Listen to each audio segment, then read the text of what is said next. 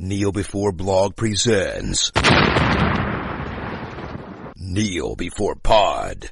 Hello and welcome to Kneel Before Pod interviews. I'm your host Craig, and I recently had the pleasure of chatting to Meg Donnelly, the voice of Supergirl in the recent DC animated movie Justice League Crisis on Infinite Earths Part 3. We discuss connecting emotionally in the midst of such a massive event, her connection to the character of Supergirl, and the different discipline that is voice acting. Hi Meg, I'm Craig from Kneel Before Blog. How are you doing? Hi, I'm good. How are you?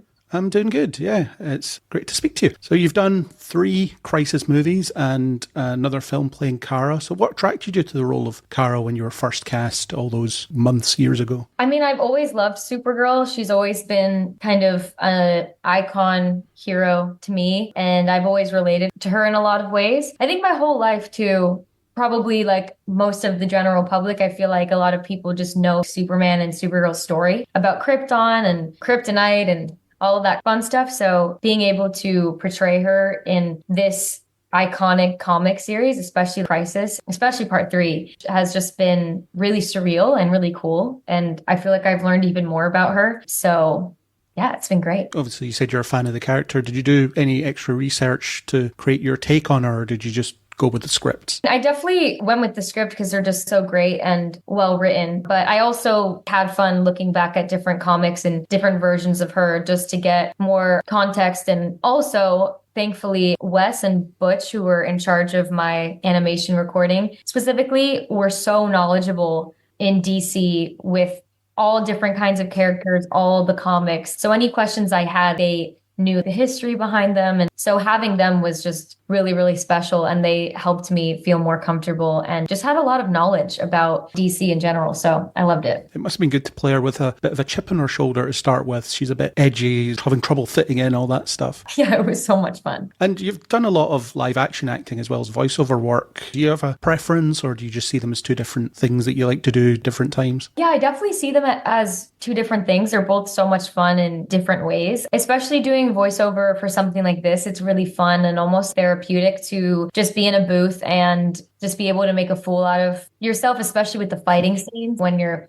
running and out of breath and grunting and punching and getting hit, doing all those things. It's so silly and so ridiculous, but the crazier you go, the more realistic it is. So having to get out of my comfort zone in that way was just really fun and just made me feel more comfortable all around as myself. So it's been really great. And I feel like I've learned a lot about myself through recording this. And no early morning makeup calls as well. That is really nice. You just get to show up in sweats and glasses, and you can just go in and be really comfortable. So I really liked that a lot. Did you cross paths with your TV son, Jensen Ackles, while you were in the process of making this at all? No, but what's so funny is when we were working on the Winchesters, I was like, did you know that we're working on another movie together?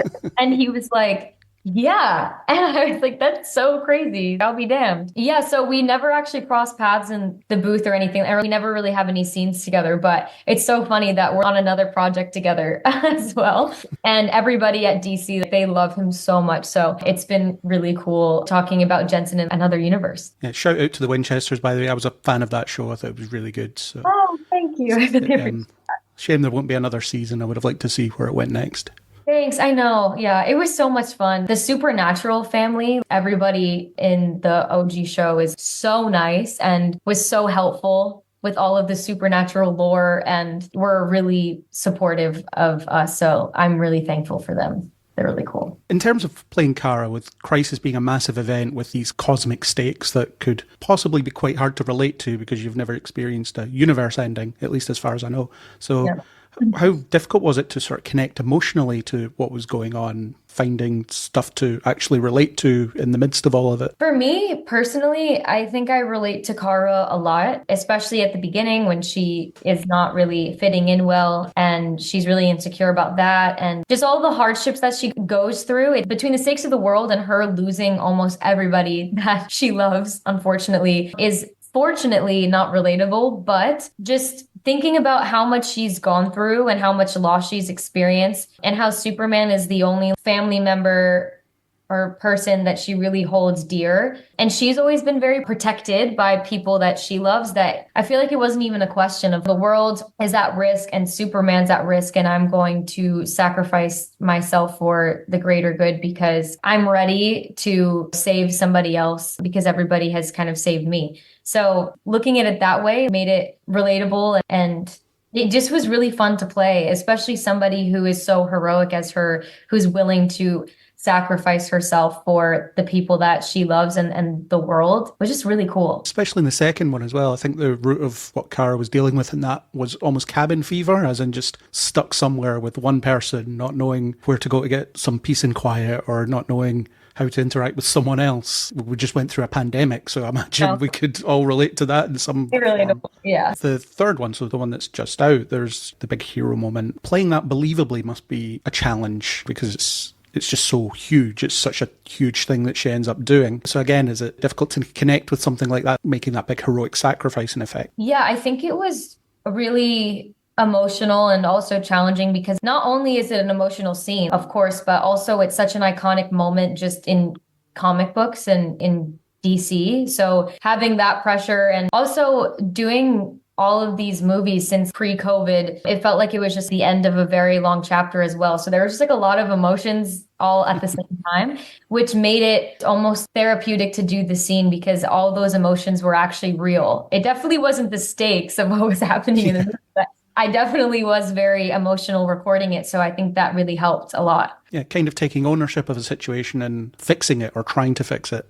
Mm-hmm. And is there any other comic book characters you'd love to play, either voice-wise or in live action? I've been trying to think about, there's so many characters to choose from in the DC universe. I definitely have a very special connection to Supergirl, so any chance I get to play her in any animated series or anything like that would just be really cool. But any DC character, I would love to play any DC superhero in any capacity. I think playing a superhero was so much fun and heals my inner child.